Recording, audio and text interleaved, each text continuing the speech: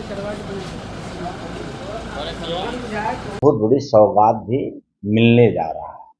खुद को देश के प्रधानमंत्री और राज्य के मुख्यमंत्री आदरणीय नीतीश कुमार जी अपने मुखारबिंद से सारण कमिश्नरी को सौगात भी देंगे, शिलान्यास भी करेंगे और उद्घाटन भी करेंगे। तो ये खुशी का माहौल है। आप सब print media, electronic media, social media के माध्यम से जनमानस की खबर भी जा रही है, उत्साह भी आप देख रहे हैं। आप लोग स्वयं गांव गरीब किसान के बीच में जब जाते हैं तो ये तरह तरह की बातें आपको मिलती भी होगी कि कितनी उत्साह का माहौल है। हर वर्गों में, हर समाज के लोगों में चलने के लिए एक ललक है। आज छपरा के जिला टिहरी में मैं आप लोगों के बीच बैठकर के दोनों नेता के आगमन की हमने सूचना दी। यह सूचना आम आवाम में एनडीए के कार्यकर्ता भी काफी जोर शोर से लगे हुए हैं। लोगों को चलने की आह्वान भी किया जा रहा है, निमंत्रण पत्र भी दिया जा रहा है। तो काफी उत्साह और रैली सफल है। एक तरफ महागठबंधन के नेताओं में सिर्फ टोबल है। कभी भी यूपीए के बड़े नेता सोनिया जी अपने बेटा से बाहर नहीं निकलेगी, दूसरे के बेटा को नेता मानेगी नहीं। एक तरफ महागठबंधन के नेता, जिस नेता का हमने चर्चा कर रहे थे, वह नेता बिहार प्रदेश में अपने पत्नी और बेटा और बेटी के बाहर कभी राहुल गांधी को नेता नहीं मानने। तो ये तो सुखद संदेश और पल है कि एनडीए का घटक दल श्री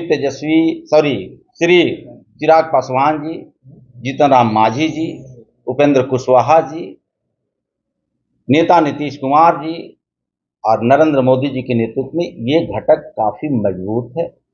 तो 243 जो आपने सीट की चर्चा किया, तो 243 पर हम भारतीय जनता पार्टी के नेता लड़ रहे हैं, हम के जीतन राम मांझी जी लड़ रहे हैं, रामविलास पासवान एलजेपी आर का नेता लड़ रहे हैं, उपेंद्र कुशवाहा जी लड़ रहे हैं। यानी 243 में कहीं इपट नहीं है। हम एनडीए के घटक दल मजबूती से 243 सीट पर हम लड़ेंगे और जनता की आवाज है कि 2025 में 225 एनडीए और फिर से नीतीश।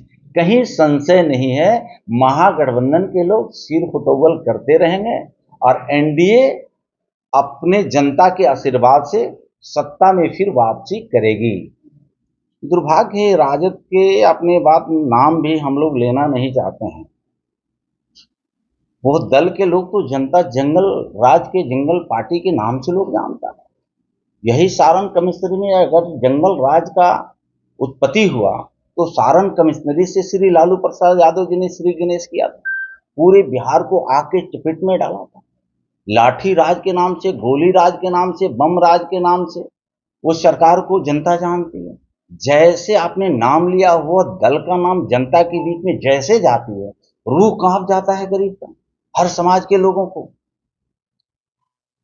और एक तो कल की ऐसी घटना आपके सामने आई है, श्री लालू प्रसाद यादव जी जो करोड़ों करोड़ों देश में बाबा साहब डॉक्टर भीमराव अंबेडकर जी को अपने आस्था लोग रखते हैं, उनके विचारों को आत्मसात लोग करता है, उनके बताए रास्ते पर देश के हमारा नेता नरेंद्र मोदी जी चल रहे हैं, उनके बताए रास्ते पर उनके संविधान के बदौलत राज्य के मुख्यमंत्री नीतीश कुमार जी चल रहे हैं।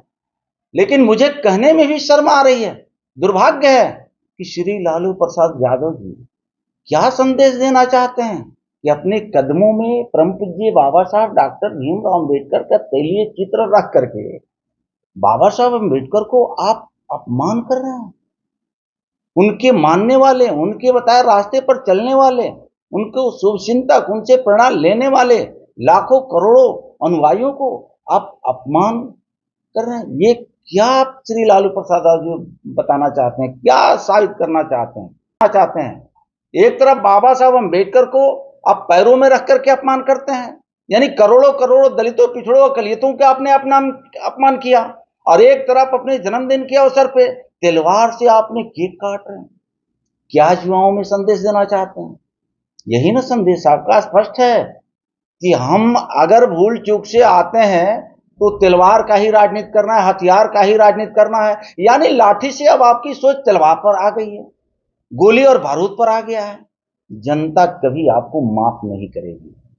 मैं ईश्वर से प्रार्थना करता हूं आप दीर्घायु हो, लेकिन ये जो आपकी चाल चरित्र जनता के बीच में अंबेडकर जी के कदमों में रख करके अपमान करने का आपने कसम खा लिया है, तो जनता भी बिहार के अनुसूचित जाति जनजाति पिछड़े पिछड़े समाज के लोगों ने कसम खाया है कि जीते जी लालू के खानदान को कभी हम सत्ता में वापस नहीं आने देंगे।